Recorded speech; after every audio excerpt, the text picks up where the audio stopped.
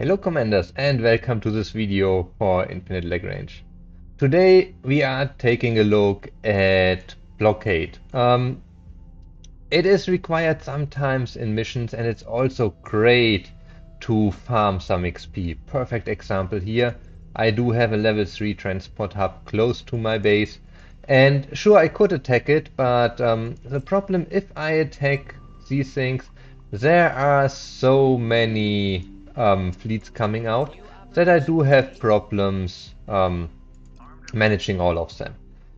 If I blockade them, what will happen is that my fleet is attacking everything inside the circle, and it's not triggering the attack modus on this building. You can do this on pirate bases and everywhere. The only reason why I don't do it on a pirate base is I don't know why, but all these pirate bases are inside these scattered asteroid belts. And that means I'm only allowed to send frigates and destroyers. And if we have a level 5 pirate base coming in with battle cruisers, sending frigates and destroyers is not recommendable. Let's say it's this way. So yeah, that's the reason why I take these.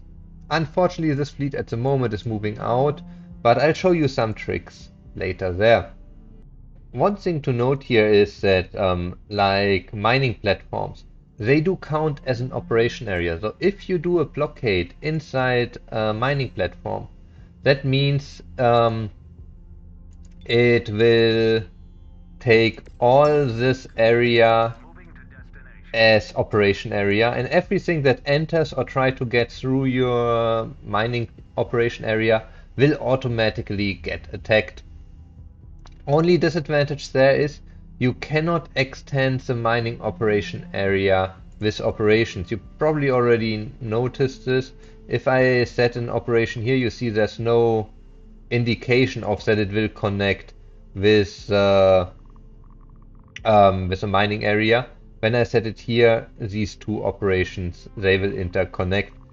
Okay, so we arrived now with our fleet inside the blockade area.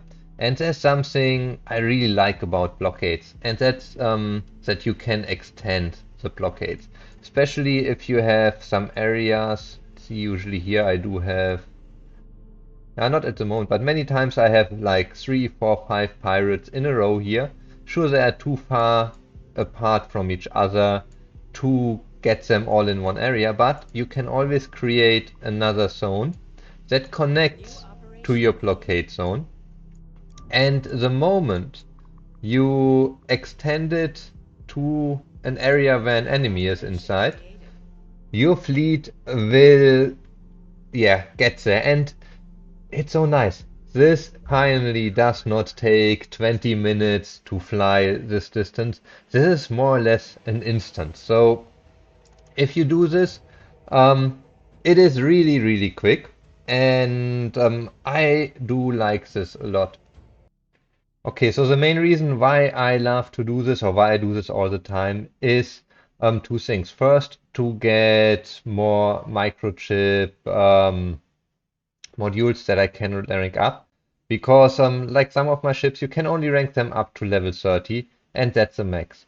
If you want to go higher than level 30, you either need to do PvP or you need the combat microchips.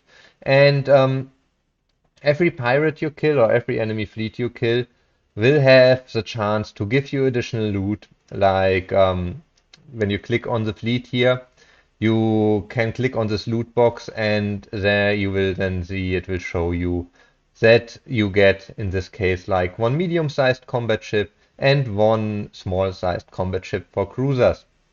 And you can use them to rank up your blueprints up to the maximum. And another thing that comes from this is that I do get kills, and you need these kills for the Dawn funding scheme.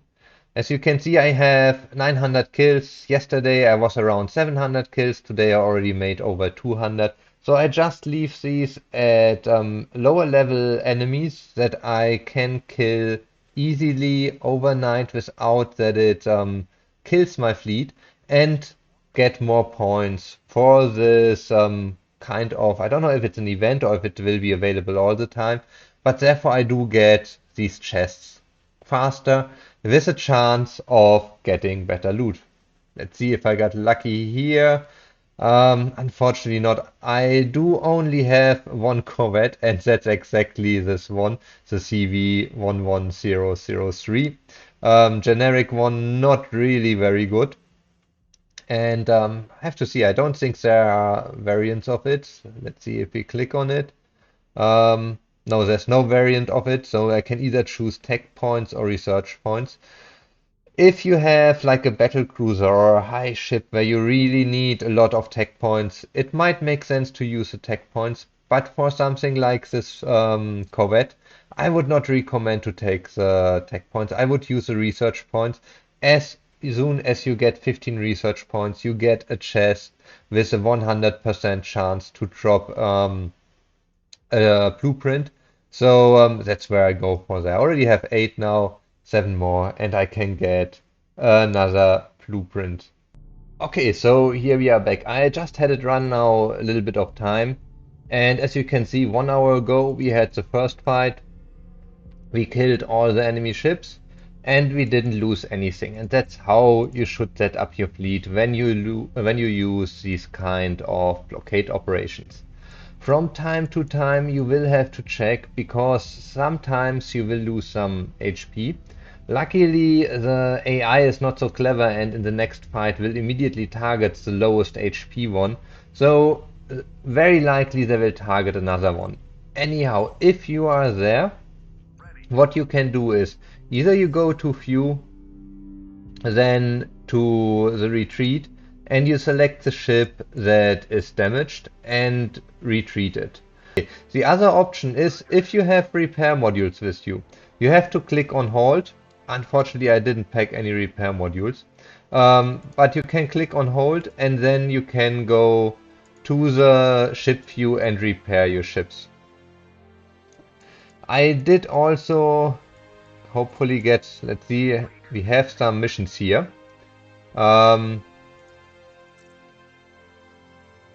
This is a transport mission, that's the wrong one.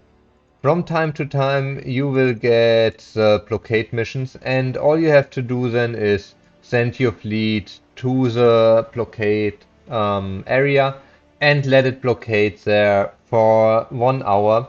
If you stop it or if you hold it, it will stop the timer and restart again at 1 hour. So in this case, don't press hold, don't retreat.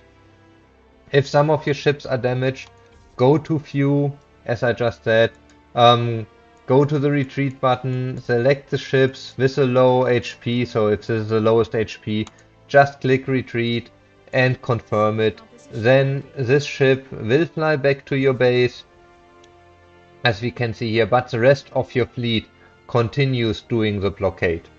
And if you do this, let's see, I'm sure here we have like this was an area where I did a blockade, and sometimes you lose some ships, it can happen, but overall you see I killed over 5,600 enemy leadership and I lost 51 over the whole time. So this was one of the areas where I did these kind of blockade operations more often. Don't look at the XP. The XP, as said before, can also see this here in the rewards. Most of my ships are already at 100%, maybe a little bit earlier.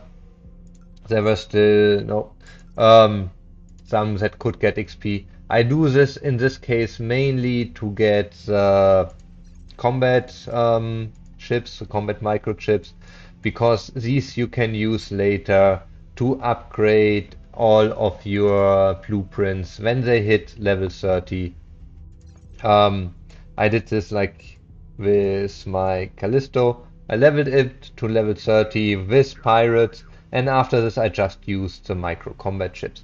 The other option would be to fight PvP, to fight other players, but I would highly recommend you to get your ships as high as possible before, because the higher they are, the better you will perform, and the easier PvP fights will be for you, and therefore you will have less losses. So I hope you liked the video. I'm sorry that I can't show you the blockade mission right now. I don't have one popping up, but I think you get the idea. And if you liked it, give it a thumbs up. If you have any comments, leave them in the comment section. I always read all of the comments. And subscribe to the channel so we see you all on the next video again.